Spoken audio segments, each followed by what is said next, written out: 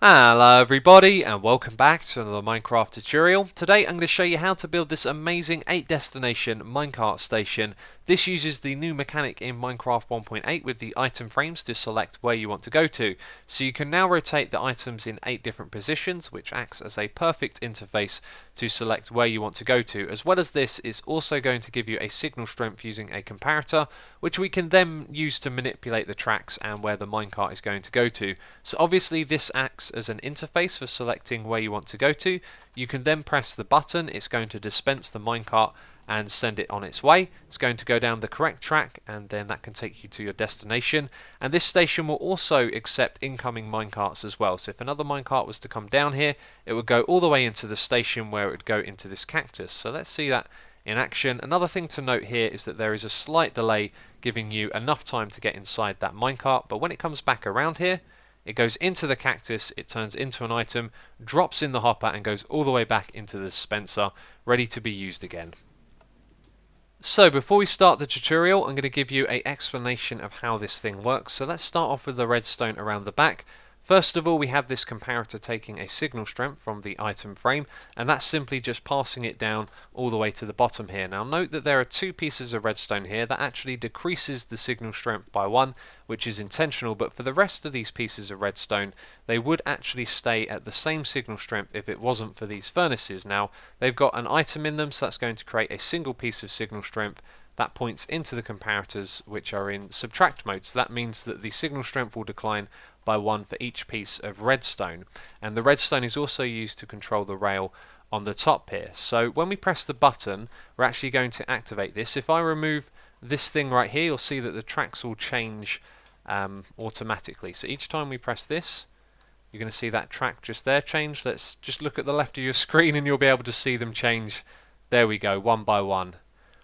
Now the reason that we have this little comparator down here is so that only happens and all of these tracks change when we actually want to use it. So that supports minecarts coming in now. They'll be able to go straight down the track like this, but if someone presses the button to leave, it's going to dispense the minecart, activate that circuit and allow you to select your destination. And did it work that time? Yes it did, because that is destination 1. So let's just do that again and you can see it will go to the correct destination like that. So we have a little bit more redstone around the back here, but that pretty much explains everything. So when you press that button, you're going to power this redstone right here. This is going to immediately power this block, so it turns off that redstone torch, which means this thing activates, and then the power goes around again, so this creates like an extended pulse and it will keep that torch off for just long enough for any of these destinations to work. And that's with a player inside the minecart or without. They'll be able to go to any of those destinations based on that timing. Now as well as that, there are 2 other repeaters. One of them goes straight into the dispenser, so that will activate the minecart. It will also power the track as well, but the minecart is just going to sit there until a moment later these 2 repeaters have activated on a slight delay. That powers the piston and extends the block, which allows the minecart to leave. And that is pretty much everything.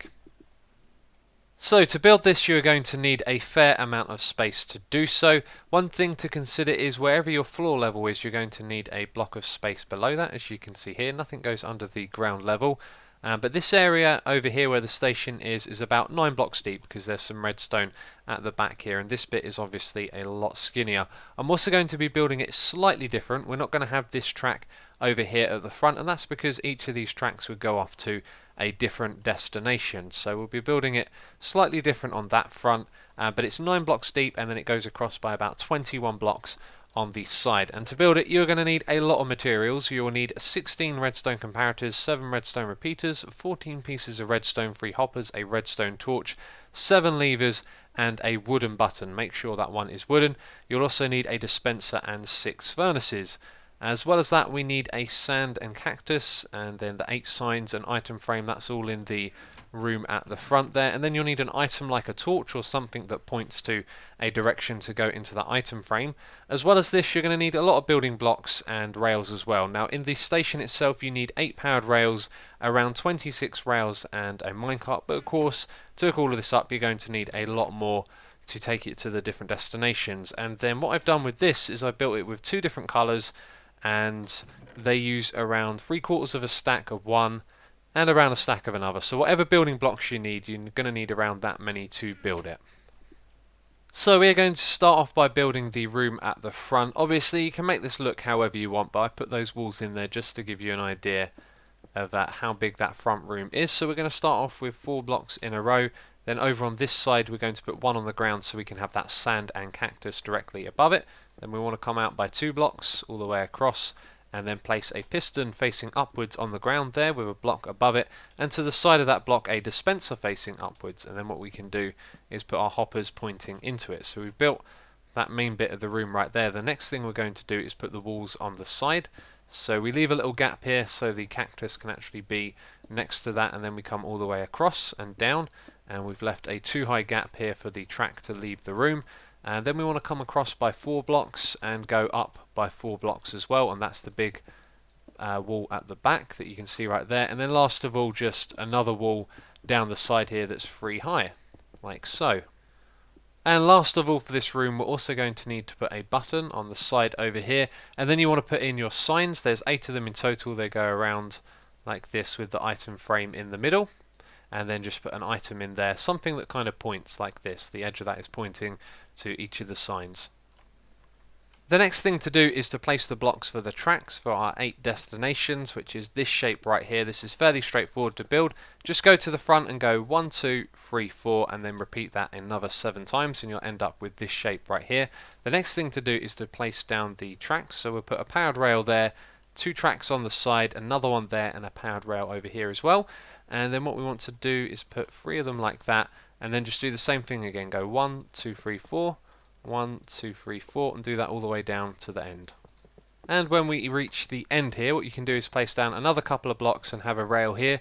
This is going to be for the incoming minecarts that want to go to the station. They go down this part of the track right here. But the next thing for us to do is to place down some comparators and furnaces. We want to put this directly underneath this block and in front of it a furnace like so. And we're just going to do this 6 times in total. So that's 3 of them.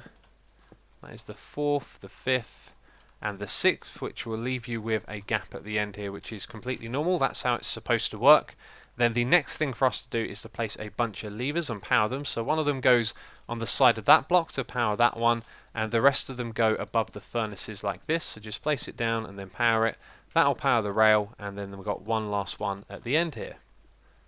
So there are just 2 parts of this left to build. We're going to build 1/2 of the redstone first of all. So we will start off placing a block there, 1 below it with 2 in front, and then 1 on the ground, and then we'll remove that block. So we've got 4 of them like that. Then what you want to do is place 3 blocks underneath like this, put a repeater facing into that dispenser, leave it on the default setting, and another 2 here which go on the full setting like that.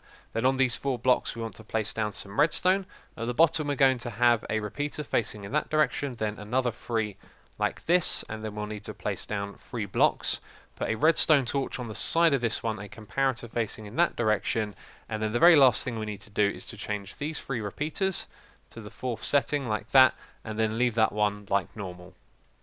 So now for the second part of the redstone, we want to go over 1 block and up. So we place a block there and put a comparator facing outwards like this, and then we'll put 3 blocks like so. Remove the one in the middle so we can power the redstone in the middle from up above there, and then we want to put a block on top of that one with a comparator facing forward, and then we have 2 blocks like this. This is where we have the 2 pieces of redstone, and the signal strength will decrease by 1. Then we'll have a repeater on the side facing in that direction, and then just place blocks either side of these comparators like so, and then we're going to put redstone on top of them, which will control the curved rails at the top there. And then the last thing for us to do is to put in these comparators and put them on subtract mode. And when we've put all of these in place, I do believe that is everything done. So there was one more thing that needed doing. Each of these furnaces needed a single item put into them, and it does need to be an item that stacks up into 64. So just put one of those in each of the furnaces, and then chuck a minecart into one of these hoppers, and then this thing should be ready to go. So let's give it a test. We're going to that destination up there, and you can see it sends us off to the correct place. And there is one last thing to note, is that this thing does act as a little bit of a cactus farm, because whenever it tries to grow, it's going to drop its blocks around the side here. So what you can actually do is remove those 2 blocks there and just put 2 more on the top like that, and then this cactus will never grow. However, it's a little bit bigger, so it's up to you what you want to do there. One last thing to note, this is the default position for an item frame, and the first destination is the first one here, so the second and third, etc., going upwards are further away, and this thing rotates to the left, so as you can see, these are labelled the first, the second, the third, fourth, going all the way around to the 8th in the bottom right. But that is it for this video. I hope you have enjoyed it. There is a world download available in the description box if you'd like to download this world to see it for yourself. But that is it for this video. So as always, thank you very much for watching, and I'll catch you next time.